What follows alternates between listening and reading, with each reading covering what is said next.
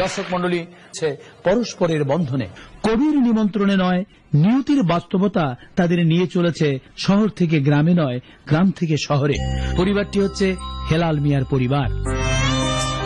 বাড়ি ব্রাহ্মণবাড়িয়ার সদর থানার রাজঘর গ্রামে।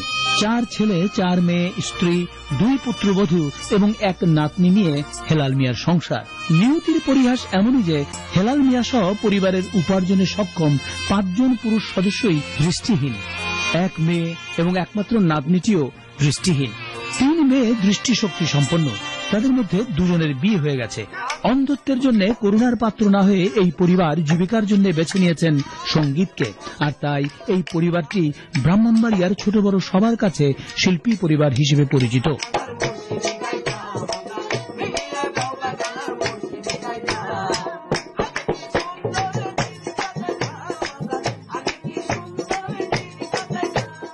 এই দলের একমাত্র দৃষ্টিশক্তি সম্পন্ন মেয়ে শারমিন পরিবারটিকে নিয়ে যায় গ্রাম থেকে শহরে টাউন হলে। প্রতিদিন সকাল 9টা থেকে দুপুর 1টা পর্যন্ত তারা গান করেন।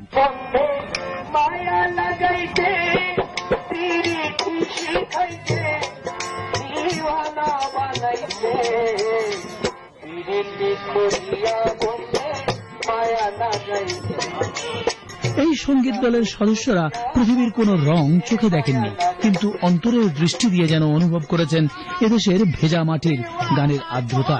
তাই তাদের অন্তর থেকে উচ্চারিত পল্লী গান এবং লোকগানের সুরে ভেজে যায় সমবেত শ্রোতাদের অন্তর। মুগ্ধ হয়ে তারা যা দেন তাই দিয়ে চলে হেলাল মিয়ার সংসার।